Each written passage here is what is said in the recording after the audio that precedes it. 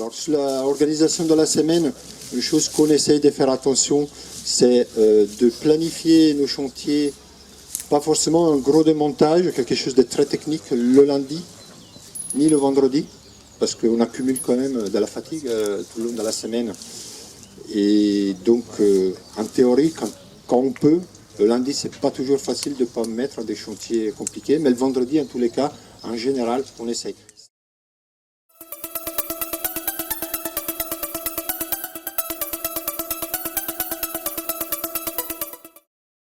Mais sur un fiche descriptif du chantier plus approfondi où vous allez avoir dessus déjà préparé un peu le matériel, parce que vous savez bien que c'est très compliqué à chaque tâche, il y aura du matériel différent. Donc dans votre camion, vous avez du matériel ordinaire, mais il y a toujours du matériel spécifique. Donc ce que moi je préconise, c'est que la veille, on sache qu'est-ce qu'on va faire, qu'on ait déjà préparé le matériel, qu'on sait avec quelle équipe, avec qui on va travailler, parce que chaque personne de votre équipe a un profil différent, une formation différente. Ça n'empêche pas que le lendemain matin, il peut avoir un contre-temps. Un changement d'équipe à la dernière minute, il est resté au lit, il est malade. Et là aussi, très important de prendre du recul et ne pas attitrer au hasard celui qui est là, parce que selon le type d'échantillon, on ne va pas mettre n'importe qui à faire n'importe quoi.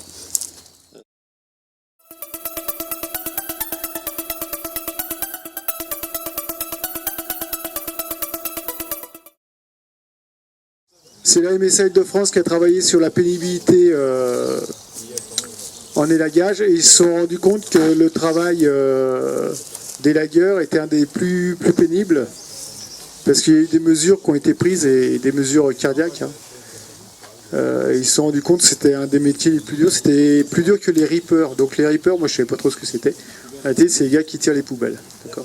Donc jusqu'à présent, c'était le métier qui demandait le plus d'efforts au niveau cardiaque et ils se sont aperçus que les élagueurs c'était pire.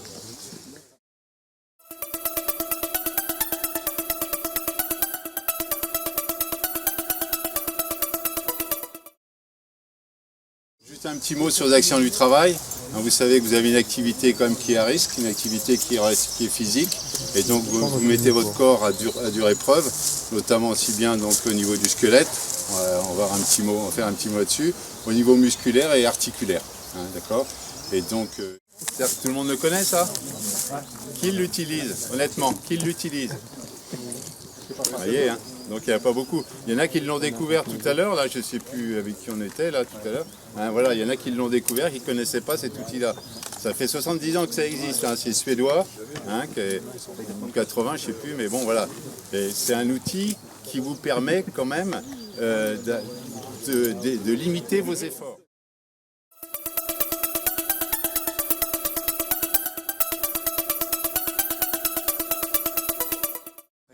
Vous prenez vos 20 kg comme ça à bout de bras, vous êtes plus multiplié par 5, mais vous êtes à peu près par 10 ou 12.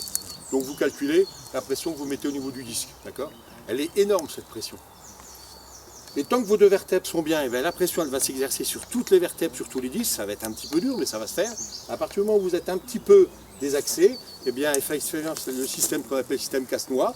On va chasser le disque un peu en arrière. Ça vient de mauvaises positions de travail, de non-attention, je vois pas autre chose, oui, bien sûr, de déformation, voilà.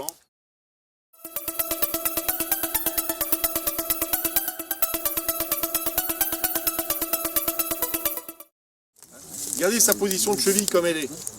C'est quand même relativement traumatisant. Vas-y, pousse dessus, monte. Vous avez vu ? À chaque fois quand même, il a un bord externe d'un côté du pied, ces deux bords internes qui sont quand même énormément sollicités.